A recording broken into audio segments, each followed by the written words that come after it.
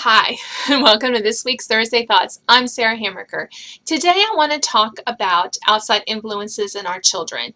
So many times, especially as Christian parents, we um, want to protect our children from outside influences. A recent question from a parent centered around a set of grandparents who used some inappropriate language. The question came by email, so it wasn't quite clear what she meant by this, but she was concerned about how to, especially with a relative, handle influences that maybe weren't quite what they were teaching at home.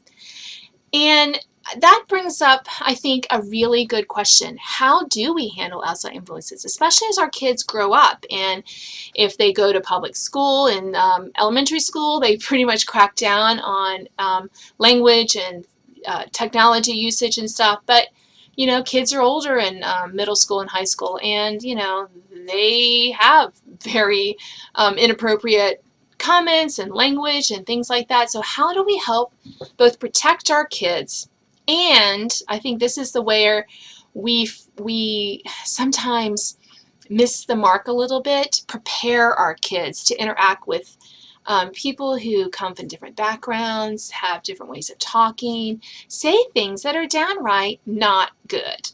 How do we help them not influence our kids, but yet prepare our kids to encounter that? So I have a couple of thoughts. One, teachable moments. Not that you're going to be lecturing to your child all the time, but how do you handle it? How do you interact with people who say things? Maybe they think that are racist. Maybe they use language that is really inappropriate. Maybe they just, talk down to you, belittle you. How do you handle those influences that aren't good in your life? So parents, let's think about how we handle that. And then, how do we communicate that to our children? How do we talk about people? Let's make sure that we're being kind in our words and how we interact with people we don't agree with. All right, so think about the protecting part. Now, when kids are little, yes, we should be more careful about what they see, what they hear, and where they go, and what home they attend and do that, because kids can hear and overhear and see things that are not age appropriate for them, and that can make them confused and concerned and have developed fears and other things that aren't good for them. So yes, protect them when they're young, but as they get older, start to prepare them more. You're preparing them when they're younger by instilling your family values in them and by talking about what's right and what's wrong. But as they get older, we need to prepare them more. How are they going to act to a kid on the bus who's using the F-bomb all the time? What are they going to say to a friend who tries to get them to do so? How are they going to handle peer pressure? What should they respond? How should they respond? You really want to make sure you have that communication with them, that dialogue. I've always told my kids, and I reiterate this to them every once in a while, you can throw me under the bus anytime you want to. As in, my mom won't let me do that. My mom's mean and I can't do that. No, I can't go on, look on your phone because my mom is mean and she won't let me have a phone. Whatever. I said, use me. I don't care, because I do not need teenagers, tweens, or children to like me. I'm an adult. I worry about the adults.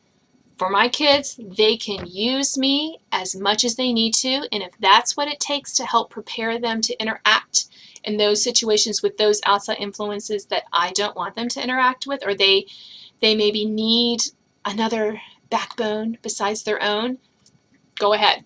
Throw me under the bus. I'm fine with that.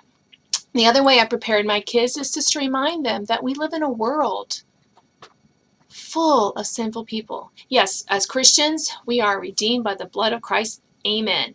But our kids have to interact with people who don't believe that, and just reminding them helps them not to have unrealistic expectations. So many times we get freaked out about outside influences because we're expecting everyone to act like we act. Not going to happen.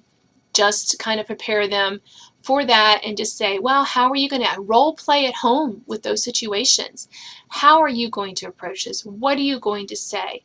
And remind them that home is a safe place, that you and your spouse can talk about these things, can help them understand and counteract that. Well, I hope this Thursday thought on outside influences has been helpful. If ever you want to hear an answer to a question or a topic, please let me know. I'm happy to talk about it, and I hope you'll join me next week. Thank you.